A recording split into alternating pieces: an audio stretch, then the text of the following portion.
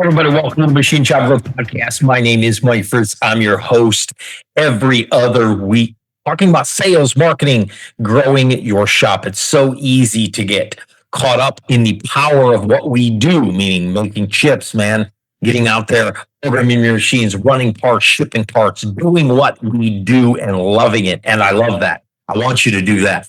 But if we don't focus on top line and how we're getting business and how we're growing and how we're acquiring new customers, then we just simply stagnate eventually. And what that ends up doing is it creates this flux of emotion and a flux of energy in the shop. Here's what I mean. So when we're not constantly pursuing new opportunities and new customers and new growth opportunities, we live and die by the family of customers we have. So if they slow, we slow. If they send more, we're crazy busy. And believe me, I've been there. I have shops there now. I have shops at all ranges. And so our goal in the growth model is so that you are no longer dependent on your customer getting up one morning and sending you a PO, but you are more in control of your destiny. You have a system, a disciplined system that constantly reaches out to new people that could be great customers for you. And that's what we will talk about on the first and third Tuesday of the month, where we get to share our sales and marketing episodes. So in the Machine Shop Growth Podcast family, me and Kirk split up our shows. He does all floor work, all the operations, everything from making a part. And he's phenomenal at that. So if you have not tuned into the second and fourth Tuesday of the month, make sure you do that to get on the ops show. And then I do our sales and marketing show where I talk a little bit about the mindset of marketing, but really about the pragmatics of how you actually do it. One of the things that I am very passionate about is making sure that the content you get here is actionable. It isn't theory. It isn't what you need to do is you need to have a good mindset. I'm all about mindset. But if I'm going to teach you how to have a good mindset, I'm going to give you 3 things that are going to actually shape it. Because what we believe is content divorced from the actual habitual actions that create it is useless. It's just content for Instagram. It's content for LinkedIn. It's not stuff that actually changes your shop. And that ain't about us, or we ain't about that especially. So this week, what we're going to go over is the 5 KPIs I want you tracking specifically to shop growth. These are the 5 KPIs I really want you tracking. It's kind of 4, but it's really 5. It's 2 of them will collapse into 1, and you'll see what I mean in a minute. But I'm going to walk you through the 5 KPIs of what I want you tracking month after month. We track these often, and we track them all the time. In fact, we even have bonus structures for our guys attached to one of them, and I'll talk about that in a minute because it's a great way to fuel production and to get your team to gel as a group. And so we'll talk about that. So a KPI is a key performance indicator. One of the things that I would say shops do, some shops do this poorly. Some shops need to grow. We all need to grow in this, but some more than others. But most of the time, we look at how do you judge the success of your shop, right? If I walked up to you, I'm just a random dude on the street, you knew I was in the machine shop industry, and I said, "Hey, is your shop successful?" Usually, what the main metric is if I have money in the bank, meaning I've paid all my guys, I've paid all my women, I've paid all my employees, I've paid all my bills, I've got parts are getting out the door on time, we're hitting our quality standards, everything's going, I got money in the bank. That's success. The problem with that is that's a very, very, very subjective marker. You may have money in the bank because you're doing a lot of really good work, but what you might find out is the margin's not there, and you actually could have twice as much by tweaking a few things, right? So money in the bank isn't always the right metric. And what I want to do is I want to give you the KPIs that'll actually help you aim at the right metrics so you know really how your shop is doing. And literally, I would have KPI meetings with your team. KPI meetings with your team, meaning, and I don't necessarily have these with my team. My teams have these, like our general managers, they're going over these monthly and they give me these numbers so I can look through them, but they're driving this. And so if you have a general manager or a floor manager, they can be leading a lot of this. But if you're the boots on the ground day-to-day operator, then you could be leading this. And it's a really good cultural change to your shop. And I know that word as a buzzword right now. I don't really care about the word. I care about its reality. I care that people like to come to work. I care that they're treated well. I care that we're meeting our goals. I care that's the stuff I care about. That's the only stuff I care about. I care that people feel good about being part of our team. I care that I I want to see our financial metrics growing. I want to see our customers getting served. Like that's metrics, but how do you KPI that, right? Key performance indicators. So here are the 5 that I like to look at.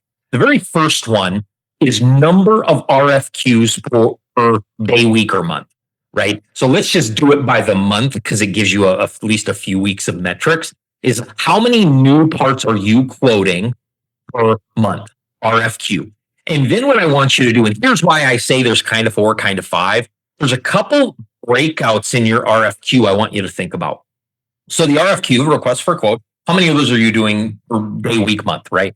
Maybe you're quoting, usually I quote about 5 new part families a month or new part numbers a month or whatever, but I'm quoting 5 parts a month, right? Then I want you to kind of break it. Remember, if you go all the way back to the beginning of the podcast, when we launched this thing almost a year ago, we talk really heavily. I break our customers up in 3 categories: new customers, current customers, dormant customers.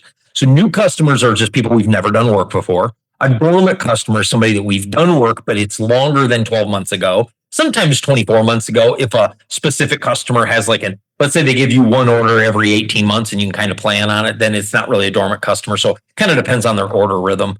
And then a current customer is somebody you're doing work for. So when you get an RFQ, I like to break it up in those buckets. And I want to be constantly getting new parts from our current customers. That's a given.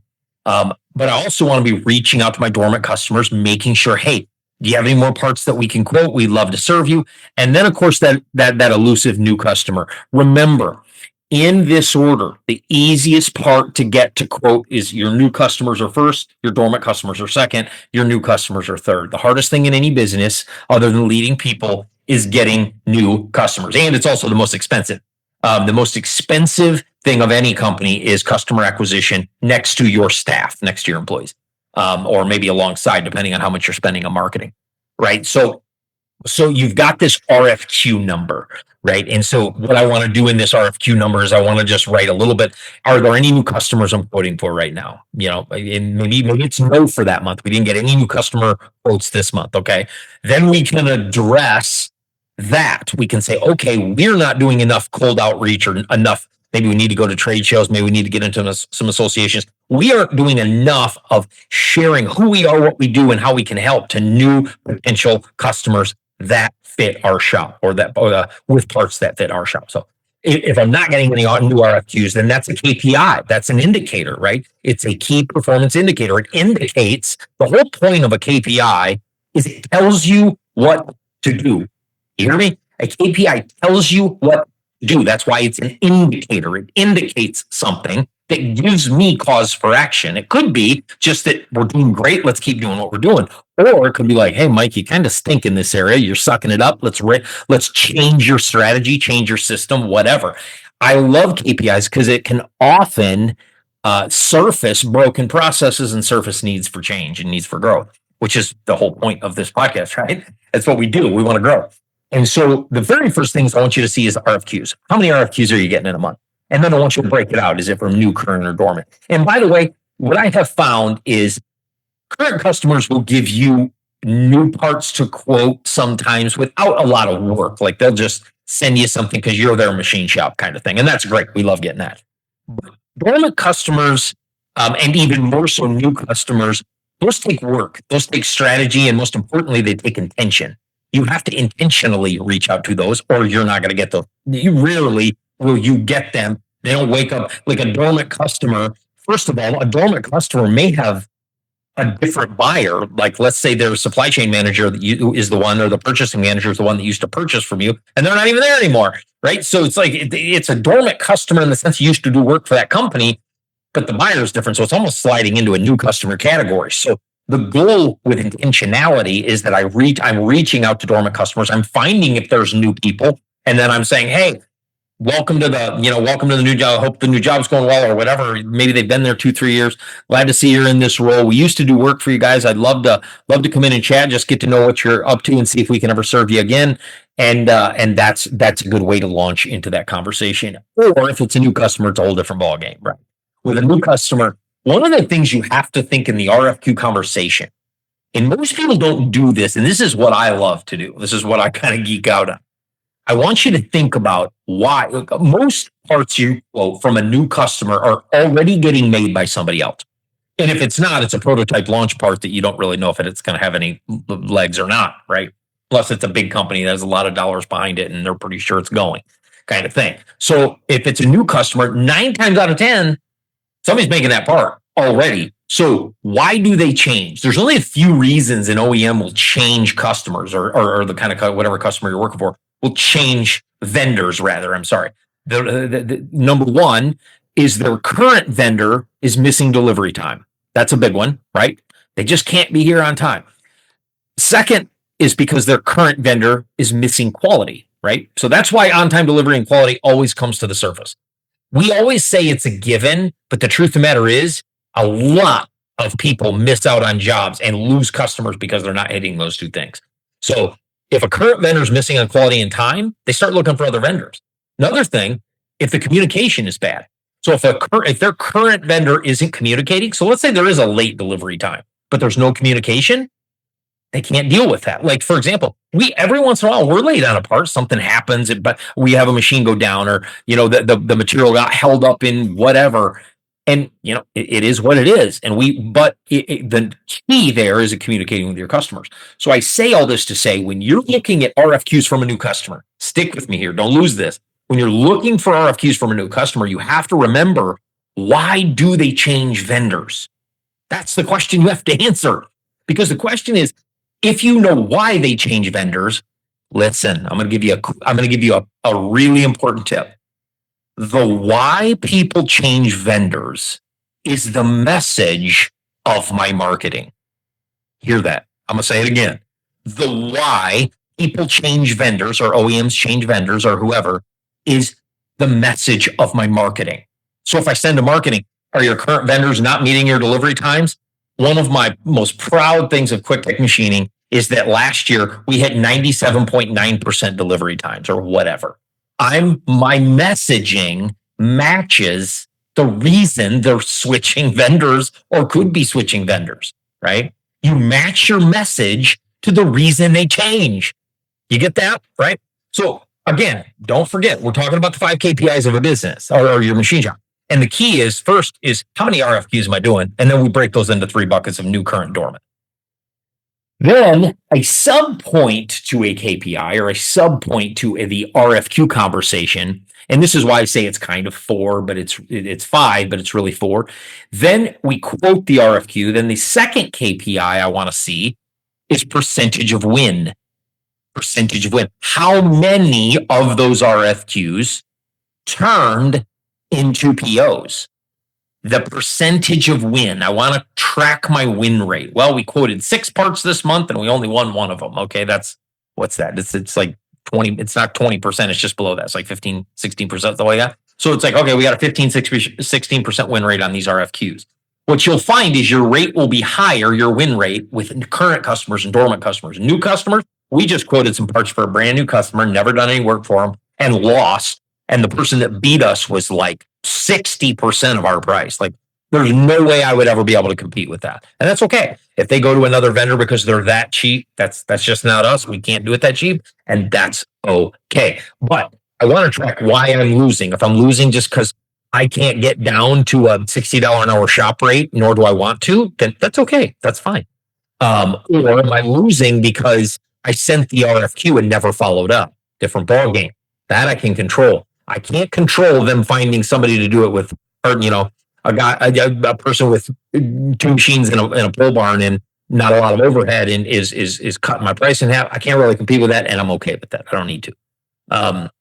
And so again, I want to track my win rate, but I want to track why I'm winning and why I'm losing, right? And so as much as possible, we call it feedback. We want to get some feedback on our quotes. So we'll go to customers. Hey, just want to get some feedback on the quote. What are you thinking? Well, it was a little bit too high. We found somebody else to do it at this price. Okay, totally understand. Please keep us in mind for the future. We just can't get that low. That's fine.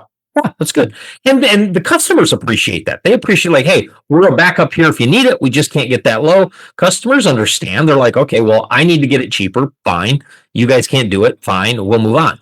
And that's an okay thing, but I want to be tracking that. So KPIs, number 1 is, how many RFQs am I doing? Number two is my win rate. And that's kind of a sub point to number one, but let's just call it number two. And then number three is my PO volume per month. I like to track KPIs per month and then per year. You track it however you want. If you want to track it per quarter, I don't really care. It doesn't matter as long as they're being tracked and they're being addressed. Remember, they indicate. They don't, they're not, it's not data to hang on your wall. It's indications telling you where you need to pivot or where you need to stand and hold. You could be looking at a KPI like, man, our PO volume is strong. Well, what are we doing to create that? Then let's keep doing that. Let's stand strong. Let's not move there. Our PO volume went down this month. Are we too customer concentric? Are we just leaning too much on a couple customers that have been giving us work for 30 years? We need to go drum up some new business, etc. The indicator, the word indicate in key performance indicator is the idea that it tells you what to do. It's the idea of kind of having a mission statement in your business.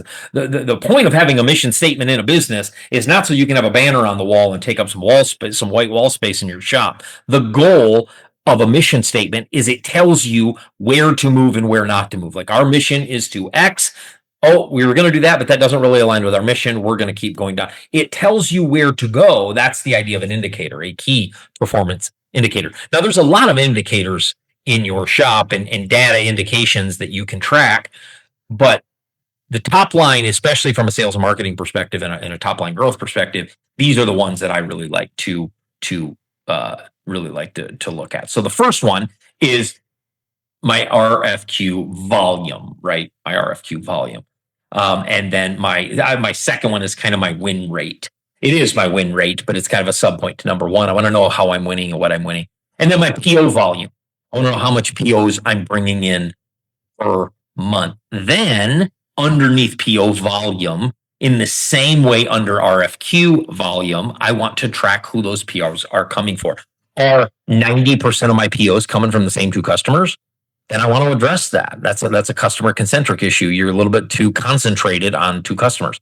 Because if two customers make up 80, 90% of your business, that's okay. It's just you're a little bit susceptible to if one of those customers either goes away or one of those customers goes down in their business, you're impacted. And I've had this happen many times where I'm too concentric on a customer, too leaning in on a customer, and then they go down and we go down, right? And in PO volume. So you want to look at where your PO volume is coming from. And again, it's the new current dormant issue. If 90% of our POs are coming from the same person or 50 or 70, then we've got a customer concentric issue. We got to look at that. And if all of them are coming from current, none are coming from dormant or new, then again, it's an indicator. What does that indicate? It indicates I need to make a shift. I need to start looking at marketing to new customers. I need to start looking at marketing to dormant. I need a dormant list and to reach out and say, hey, we used to do work for you.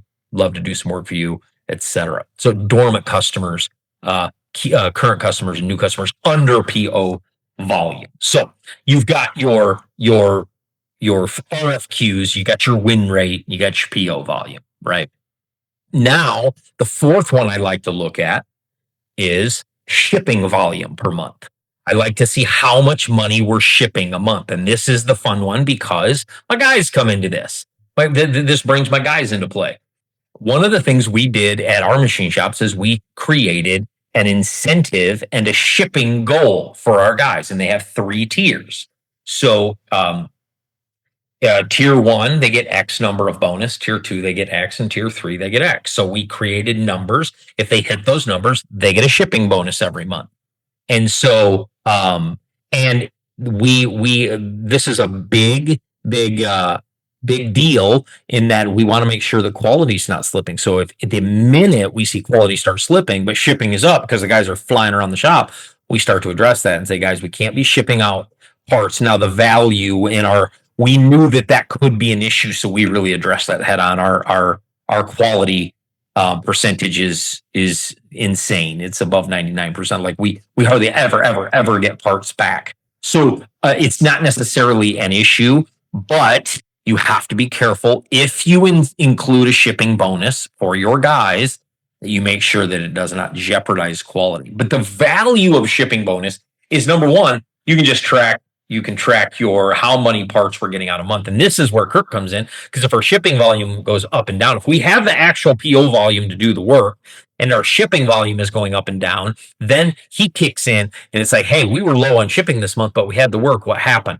And he'll look at, we had this one machine go down, or we had a bind at this one machine. We had 3 parts that were waiting on it, and we would have gotten more out, but the one machine it got bogged down with a big family of parts, and we couldn't get it out of there, and so it bogged it down this month. That's what it was. Okay, now is there anything? Are we ready for another machine? Is that just a rare month where that all aligned at that machine? Is there something else we can do, et cetera? Is there another way we can make that part, whatever? So he steps in and starts looking at our movement on the floor to make sure our shipping stays at a certain number. Our goal is to get those guys paid. We want our guys to hit their shipping bonus because that's the success of the company. So one of the things that was a value for us that I added in a couple years ago, maybe 3, I don't remember. But anyway, a few years ago, I added this in, and it was really cool to see the guys like 2-3 days before the end of the month, really like, all right, guys, we're really close. Let's get it. And they rallied around each other, and they're each trying to pull their weight to get to that thing, because each of them get a nice little kiss at the end of the month.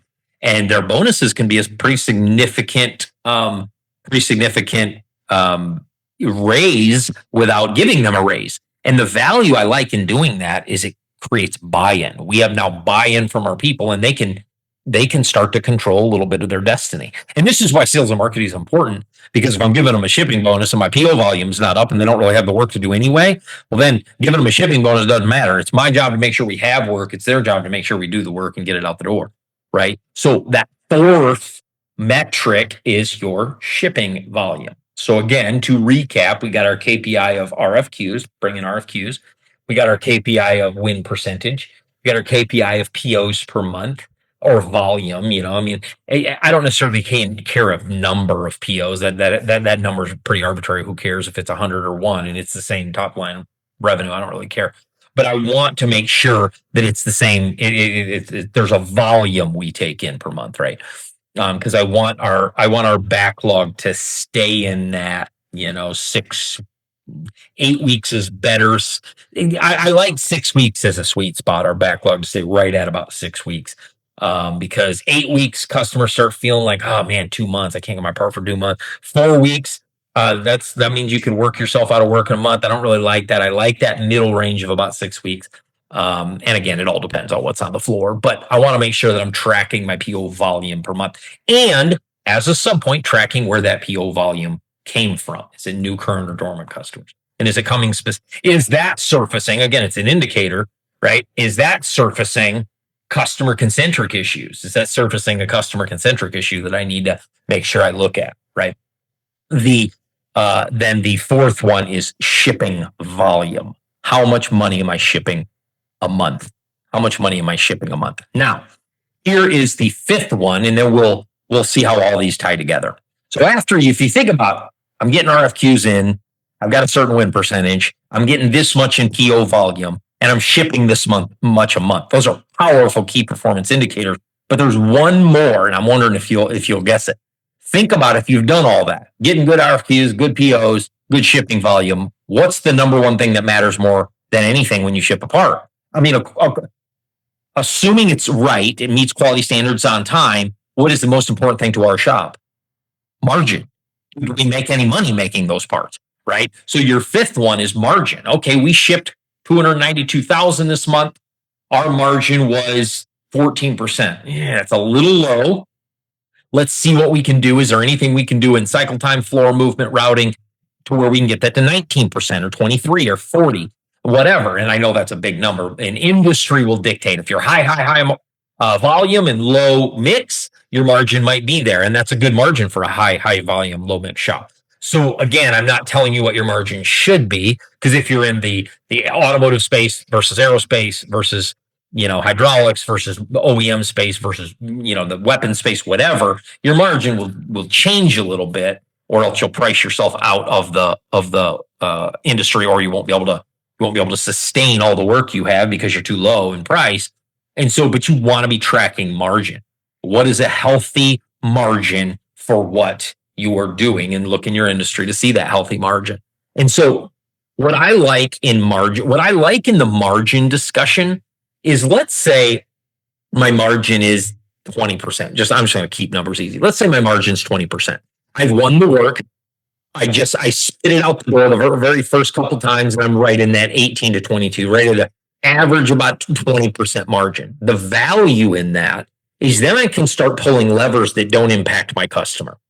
I can start pulling levers like automation. I can start pulling levers like lights out machining. Is there a better way to program it? Is there a better way to handle the material? Is there a way to speed up its production and take the amount of time it takes to do a part down, or setup time down, or whatever, so that we can spin that part pretty quickly? Is there any way to do it unattended or whatever? And if you have not watched the last couple episodes, Kirk and I talked a lot about adding a second shift, and he talked about unattended machining and some automation in our last show. Make sure you look at that, because it's a good way for you to be able to pull levers on margin that don't impact your customer. So your customer is going to pay $8 a part, and you're going to make 1,000 of them, whatever. Let's say they're going to do that. Well, then you say, okay, we're going to make this part for $8 if it's a smaller OEM part or whatever. And we're going to make 1,000 of them. I charge my customer, X. What's that, $8,000? I charge them that. But if I can pull levers, and I'm gonna keep $1,500 of that at a 20% margin. Let's say I can pull levers to program that better, get a little bit better off the door, track that, and all. What do you know? I can get it to 25%. That goes straight to my bottom line, and it doesn't impact my customer. This is why it's key performance indicators. There's a lot of indicators in a company, tons. But a key performance indicator is one that should drive decisions. It drives what you do. It drives how you operate. It drives how you think. It drives what you do next. I love the question that it's been attributed to many people over the years. But one of the most important questions in life, not just machine shop business, is what's next? What do I do next? Do I hire more people? Do I buy more machines? Do I need a bigger space? Do I go market and get new customers? Do I find a way to make these parts better? There's all kinds of what's next. The key performance indication and the whole idea of tracking these key performance indicators is that it tells me what's next, or at least gives me a list to do.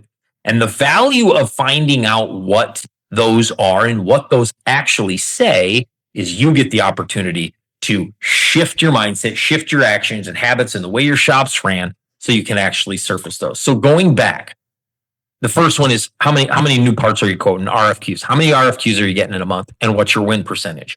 And where are those coming from? New, current, or dormant customer, right? And then what's your win percentage? Number 2 is your PO volume. And where they're coming from? New, current, dormant customers. And if there are current customers, what's the customer mix? How concentrated are you, aka dependent, aka at risk, if the number is too high? I don't like a customer above 20, but in the machine shop space, it's hard to do, because you get a customer just starts giving you more work because you're doing a good job, and all of a sudden you find the customer 40, 50, 60% of your business. You're like, man, we didn't plan for this, but we just doing parts and doing a good job. They kept giving us more stuff. When that happens, you have to dial up you have to turn the dial on growth, or else that could go away as fast as it came.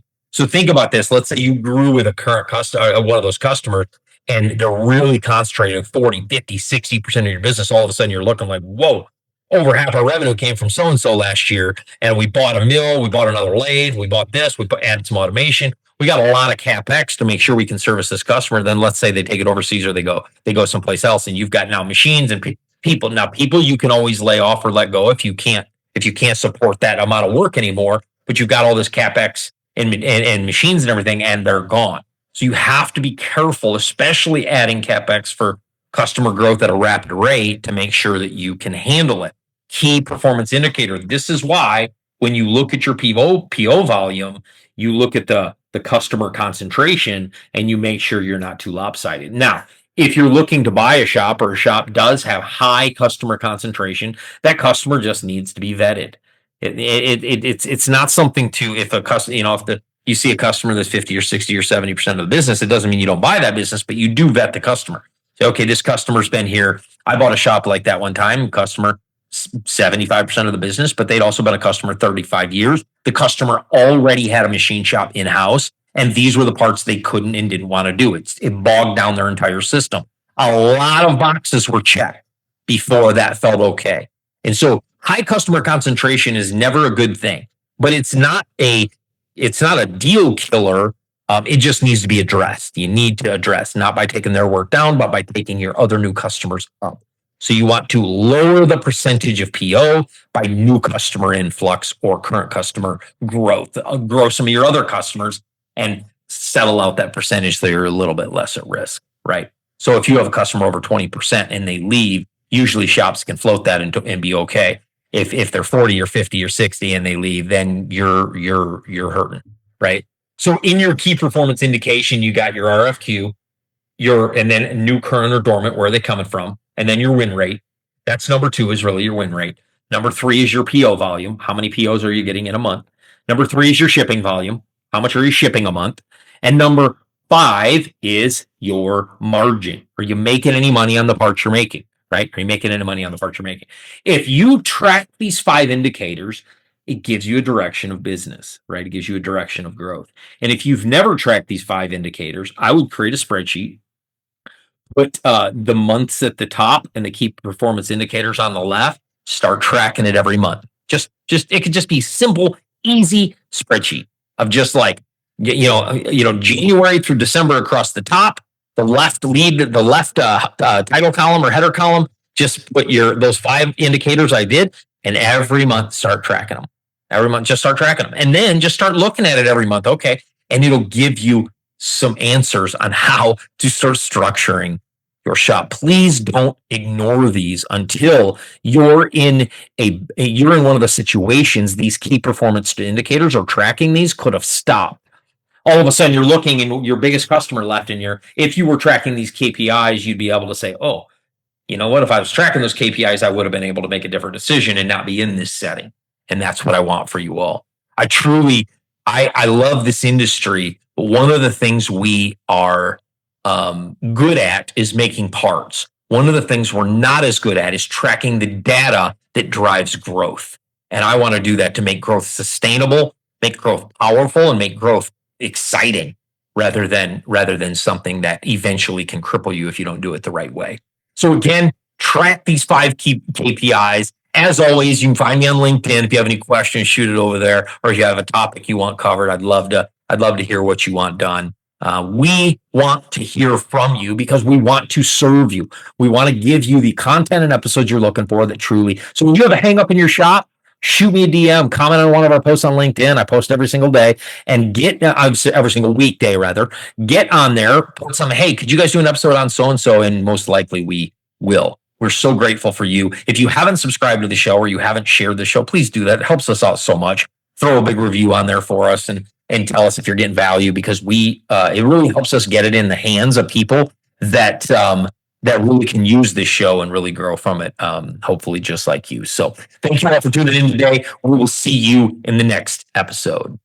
So again, if you have not subscribed to the podcast, please make sure you subscribe to the podcast. Those positive reviews really do fuel us forward, and we'd love a review from you so that we could go and continue to impact people in this amazing industry of machining. So we are so grateful. And again, we are doubling our content this year. No more 2 episodes a month. We're going to 4 episodes a month, and a couple of them will be sales, marketing, growth. The other 2 will be ops, engineering, and the floor. It'll really be the floor, like what happens on the floor, right? We're so grateful for all of you. So make sure that you tune in next week for another episode of Machine Shop Growth Podcast. Thank you all. Have a great week.